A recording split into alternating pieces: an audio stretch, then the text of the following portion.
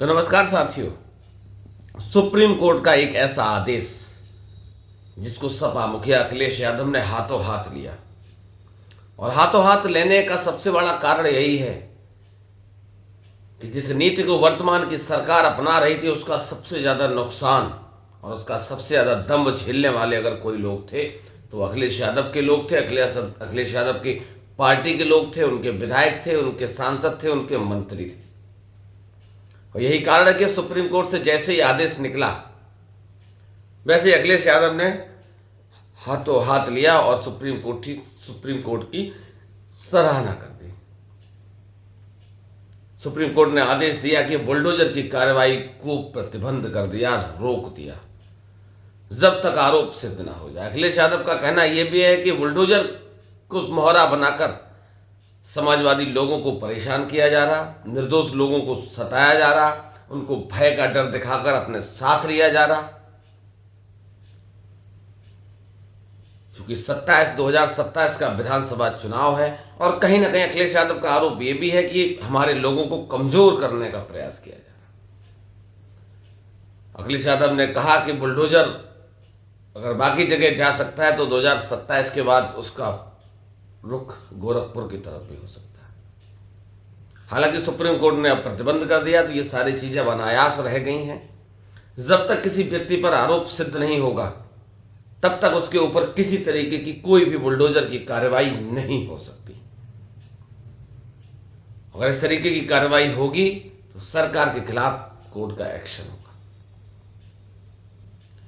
सपा मुखिया यही नहीं रुके। सपा मुखिया ने कहा कि 2027 में जब सरकार बदलेगी,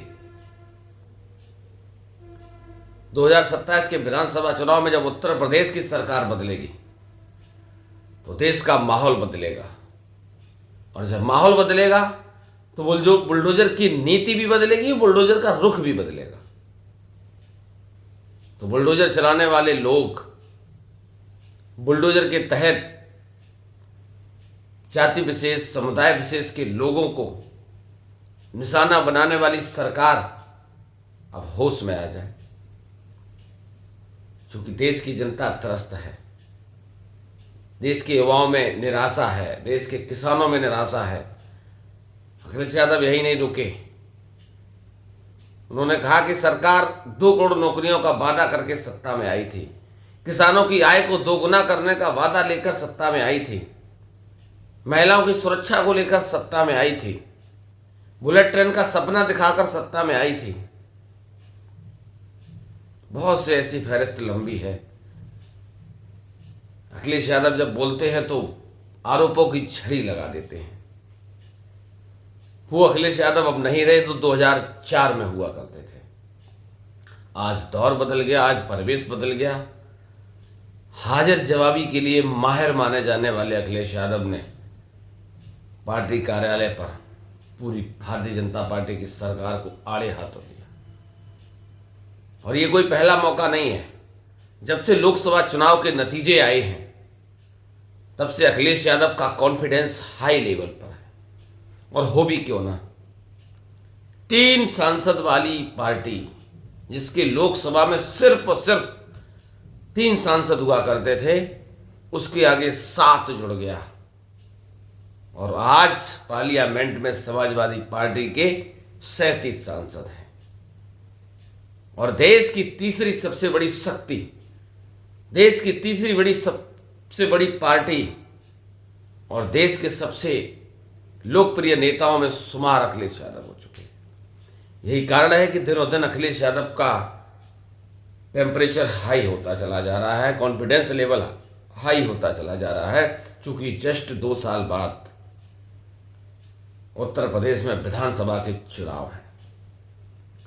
और आने वाले विधानसभा के चुनाव में अखिलेश यादव किसी भी तरीके का कोई भी जोखिम नहीं लेना चाहते,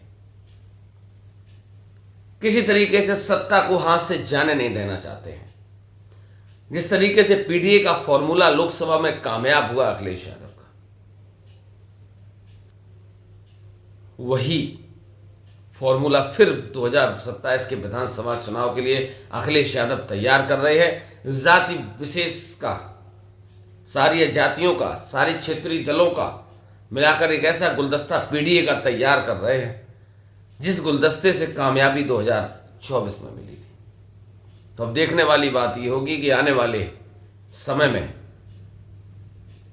बुलडोजर की नीति पर सुप्रीम कोर्ट की रोक लगने के बाद अखिलेश यादव आगे भी बुलडोजर का जिक्र करेंगे, आगे भी सरकार पर आरोप लगाएंगे, आगे भी बुलडोजर को मुद्दा बनाएंगे, या फिर चीज़ें यहीं की यहीं अब समाप्त हो जाएंगी, क्योंकि अपराधी पर आरोप सिद्ध होगा, उसके बाद किसी तरीके की बुलडोजर की कार्रवाई अब संपन्न हो सकेगी।